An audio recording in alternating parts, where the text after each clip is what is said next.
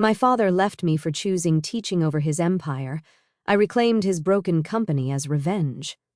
My name is Sarah Mitchell, and I was supposed to be the heir to the Mitchell publishing empire, a business my grandfather built from nothing into a $500 million company. But I chose a different path, one that would eventually change everything. I still remember that fateful dinner 10 years ago. The crystal chandelier cast elegant shadows across our dining room table as my father, James Mitchell, CEO of Mitchell Publishing, stared at me in disbelief. My mother, Elizabeth, gripped her wine glass so tightly I thought it might shatter. "A teacher?" My father's voice was dangerously quiet. "You want to throw away your business degree, your inheritance, everything we've built, to become a teacher?" I sat straighter in my chair, fighting to keep my voice steady. "Yes, I've already accepted a position at Riverside Elementary School." The silence that followed was deafening. Then my father laughed, a cold, harsh sound that made me flinch. "This is ridiculous. You're just going through a phase. You'll come to your senses." "It's not a phase, Dad. This is what I want to do with my life. I want to make a difference in children's lives, not just chase profit margins."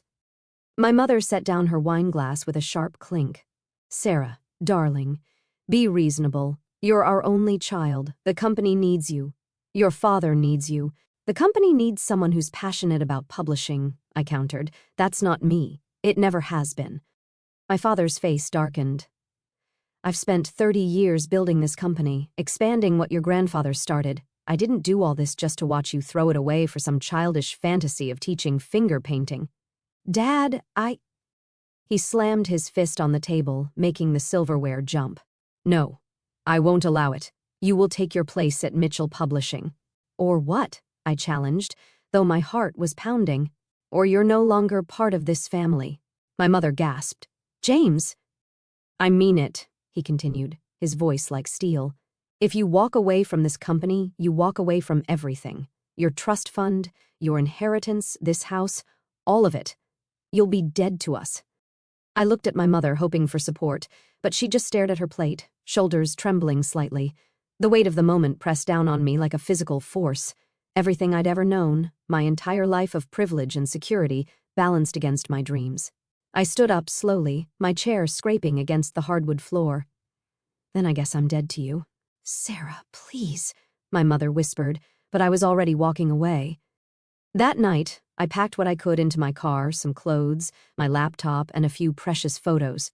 The trust fund would be gone by morning. I knew my father never made idle threats.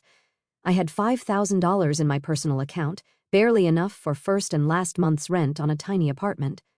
As I drove away from the mansion I'd called home for 24 years, tears blurred my vision. But beneath the grief and fear, there was something else, determination. I would prove them wrong. I would show them that success wasn't just measured in dollar signs and profit margins. My first apartment was a studio in a rundown building on the east side of town. The roof leaked when it rained, the neighbors fought constantly, and the heating barely worked in winter. But it was mine, earned with my own money from my teaching salary. Those first few months were harder than anything I'd ever experienced. I went from designer clothes to thrift store finds, from five-star restaurants to ramen noodles.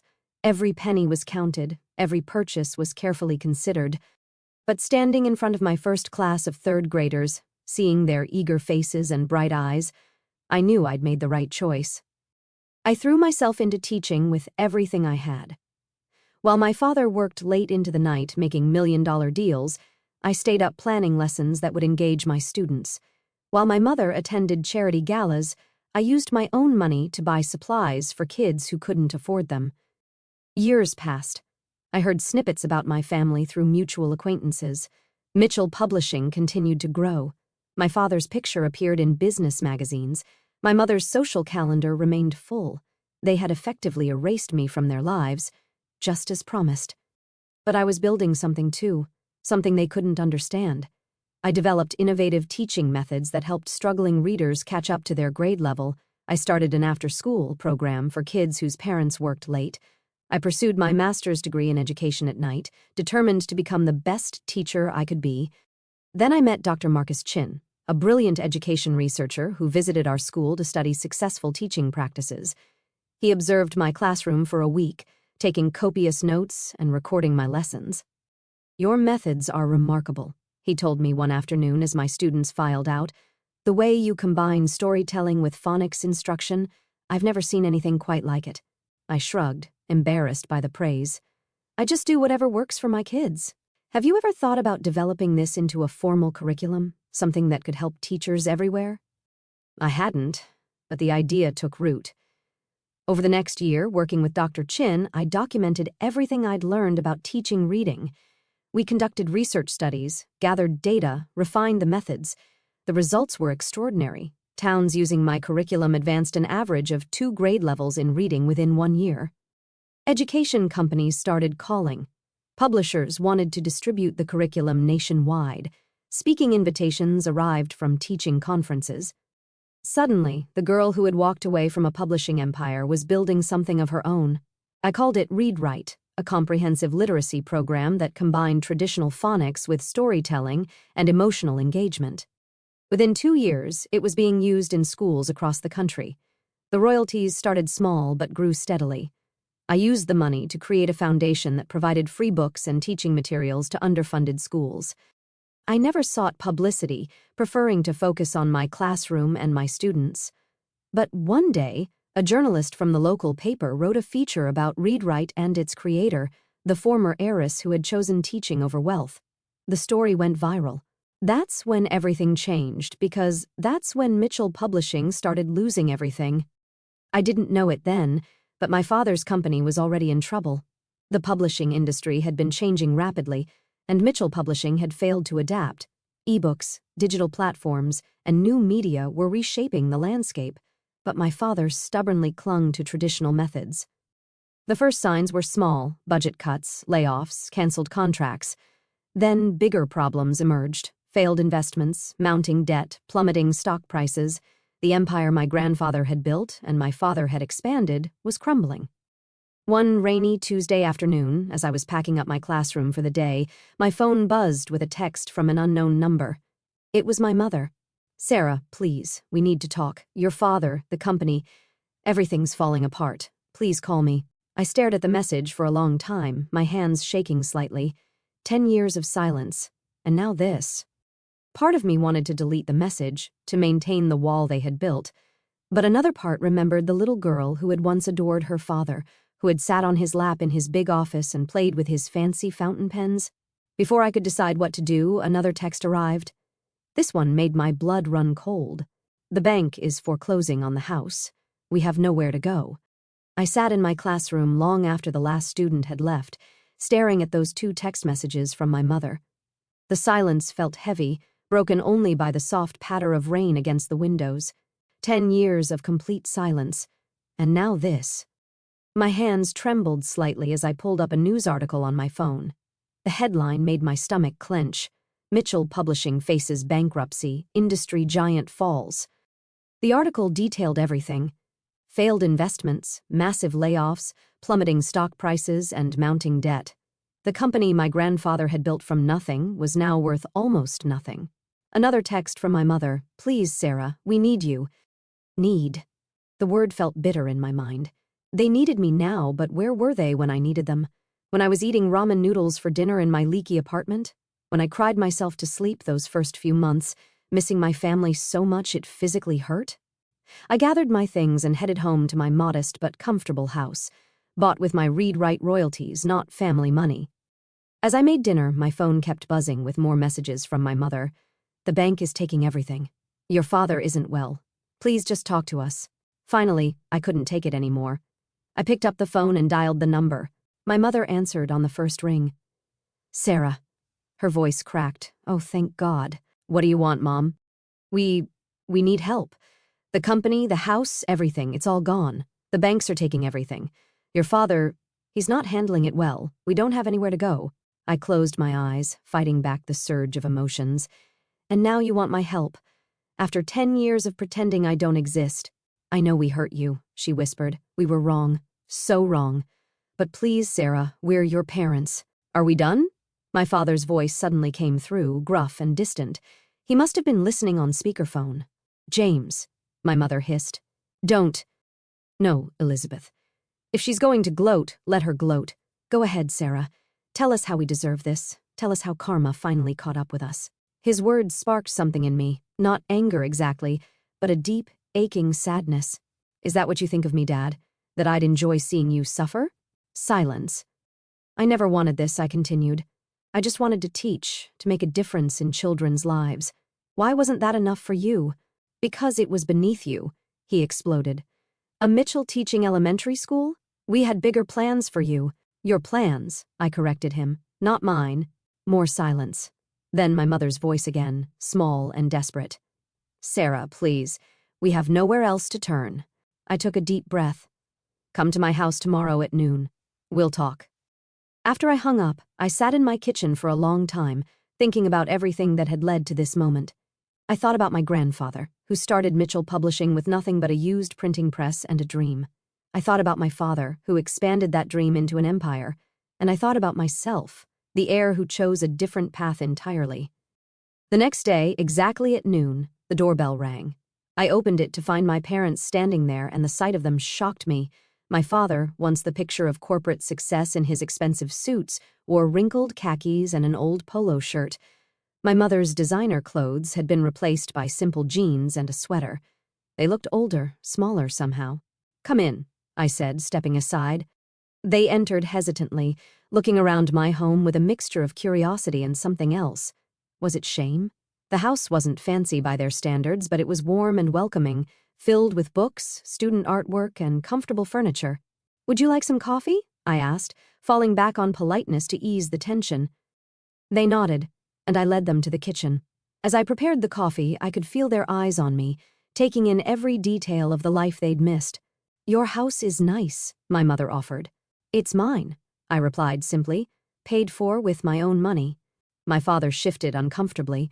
"Sarah, about the company—" "I know," I cut him off. "I've read the news. The digital revolution caught up with you, didn't it?"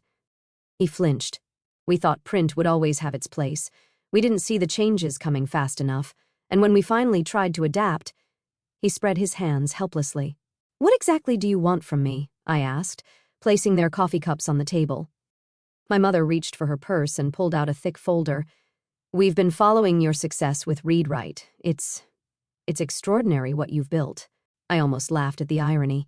"Now you think it's extraordinary. 10 years ago you thought teaching was beneath me." "We were wrong," my father said. The words seemed to cost him physically, about everything, about you. My mother opened the folder, revealing financial documents and contracts. Mitchell Publishing still has some valuable assets: the infrastructure, the distribution networks, the relationships with authors and retailers. With the right digital strategy, I held up my hand. "Stop, just stop. Are you actually here to ask me to save the company?"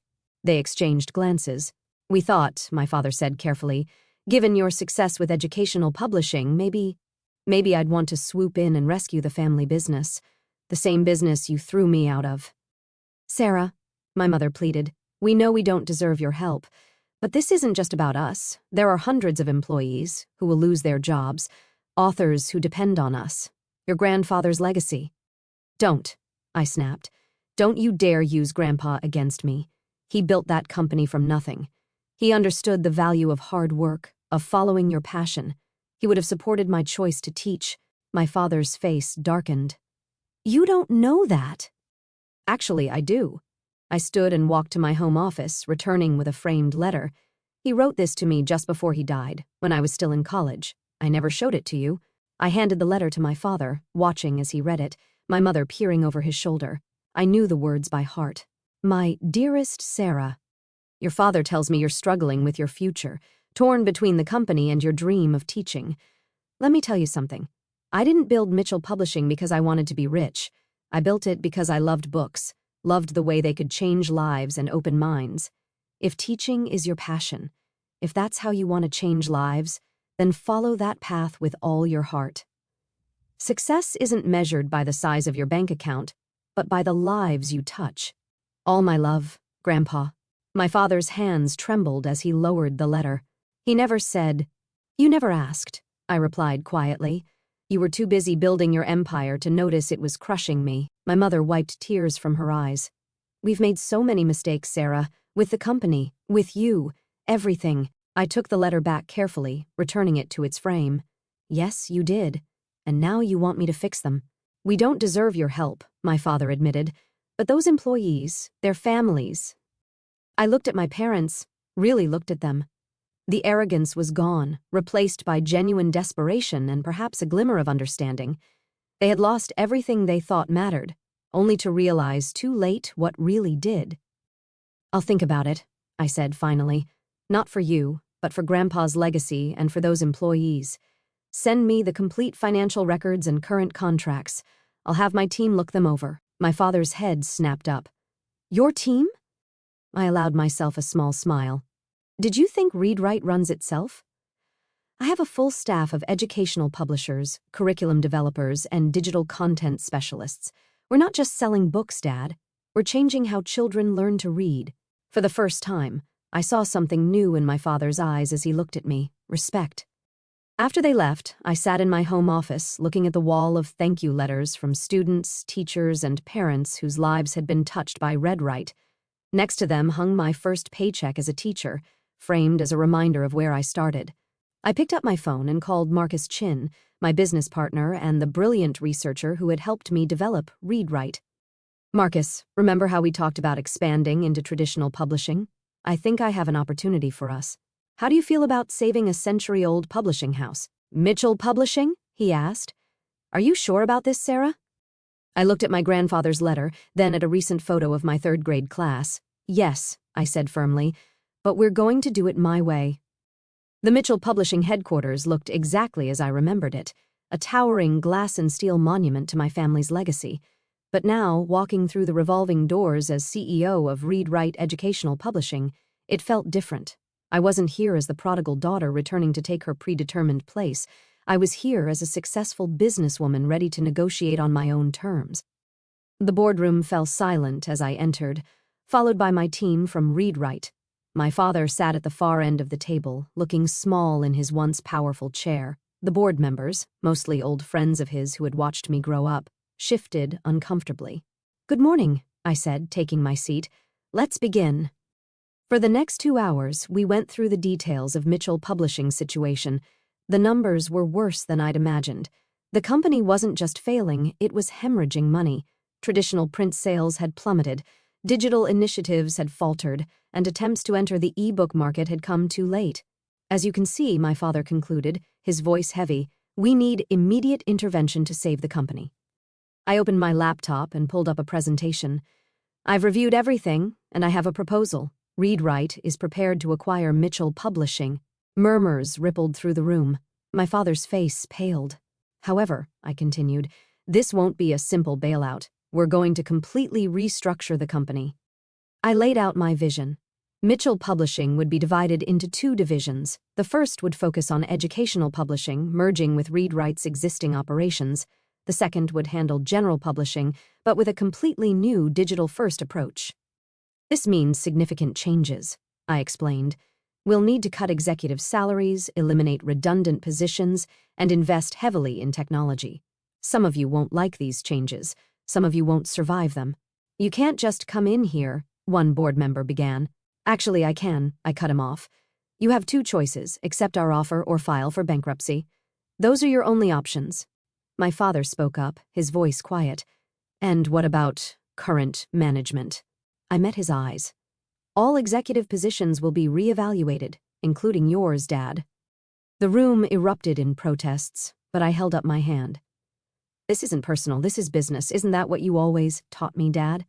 He flinched at having his own words used against him, but said nothing. I'll give you 1 hour to discuss the proposal, I said, standing. But remember, the alternative is losing everything. In the hallway, Marcus squeezed my shoulder. You okay? I nodded. They'll take the deal. They have no choice. And they did. By the end of the day, the preliminary paperwork was signed. ReadWrite would acquire Mitchell Publishing, saving the company but transforming it completely. As I packed up my things, my father appeared in the doorway. You've grown formidable, he said quietly. I learned from you, Dad. Just not in the way you intended. He stepped into the office, looking around at the space that had once been his. I spent so many years in here thinking I was building something great. I never realized I was destroying something even more important. Our relationship, I said. He nodded. I was so focused on the company, on maintaining the Mitchell legacy, that I couldn't see you were creating your own legacy, one that might be even more meaningful than mine. I thought of my students, of the millions of children learning to read through ReadWright's programs.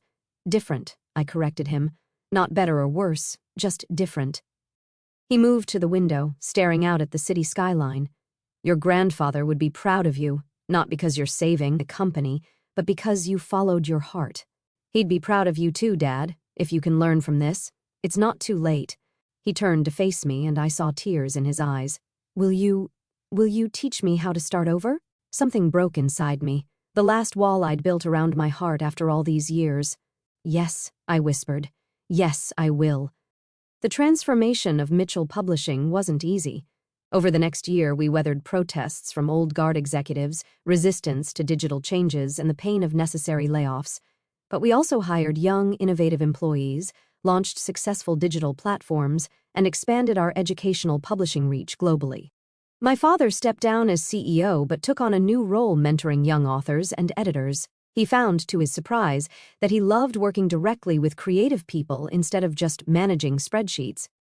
My mother, after some soul-searching, started a literacy program for adults using ReadWright's methods to help parents learn alongside their children. 1 year after the acquisition, I stood in my third-grade classroom teaching my regular morning lessons. I had refused to give up teaching completely, though I now only taught part-time. A knock at the door interrupted our reading circle. It was my father. Sorry to interrupt, he said, smiling at my students. I'm here for Career Day. The children looked up excitedly. We had been preparing for Career Day for weeks, with parents coming in to talk about their jobs. I hadn't expected my father to volunteer. Class, this is my dad, I said. He works in publishing, helping people tell their stories. My father sat down in our reading circle, looking somewhat out of place in his business casual clothes among the tiny chairs and colorful rugs. But as he began to talk about the magic of books, about how stories can change lives, I saw something wonderful happen. The corporate executive disappeared, replaced by a man who remembered why he had fallen in love with publishing in the first place. But you know what? He said to my wide-eyed students. The most important stories aren't always in books. Sometimes they're in here. He tapped his heart. Like the story of a brave teacher who taught me that success isn't about how much money you make, but about how many lives you touch. He looked at me as he said this, and I felt tears welling up in my eyes. Later that day, as we had coffee in my classroom during break, he asked, "Do you ever regret walking away from the company all those years ago?" I looked around my classroom, at the student artwork on the walls, the books in our reading corner, the small awards ReadWright had won for educational innovation. No, I said honestly. I regret that it broke our family apart for so long, but I don't regret following my heart. Look what it led to, not just success, but meaning, purpose. He nodded, understanding finally filling his eyes. You know, when you first said you wanted to be a teacher, I thought you were choosing a smaller life. I was wrong. You chose a bigger one, big enough to include both teaching and business, both your dreams and your heritage, and big enough to include forgiveness, I added softly. That evening, I had dinner with my parents in their new home, a modest but comfortable house bought with my father's salary from his new position. As we sat in their kitchen sharing a simple meal and talking about both business and family, I realized something profound. 10 years ago, I thought I had to choose between my family's vision of success and my own. But life had taught me a different lesson. Sometimes the greatest success comes not from choosing one path over another, but from building bridges between different paths. My grandfather's letter hung framed in my office at both ReadWright and Mitchell Publishing, a reminder of his wisdom. Success isn't measured by the size of your bank account, but by the lives you touch. By following that wisdom, I hadn't just saved my family's company, I had saved my family itself. The next morning, I stood before my class of third graders teaching them about storytelling and grammar. On my desk sat acquisition reports and publishing contracts waiting for my review, and in my heart lived the certainty that I had finally found my own definition of success, one that encompassed both the teacher and the businesswoman, both the daughter and the leader, both the past and the future. Sometimes being disowned by your family leads you to build something greater than they ever imagined, not out of spite or revenge, but out of the pure, simple desire to follow your heart and make a difference in the world. And sometimes, if you're very lucky, it leads you right back to them. not as the person they wanted you to be, but as the person you were always meant to become. Looking back, I still feel a quiet ache when I remember that night I drove away from the only home I'd ever known. The pain of losing my parents' love cut deeper than losing the money or the mansion. Yet every time I walk into my classroom and see a child's eyes light up because they just read their first full sentence, I know in my bones that every tear was worth it. 10 years later, sitting between my father telling stories to my third graders and my mother helping a struggling parent sound out words beside their child, I feel something I never expected: wholeness. The little girl who was told her dreams were too small grew up to prove that love, forgiveness, and purpose can be big enough to hold an entire family together again. I was disowned for choosing children over profit.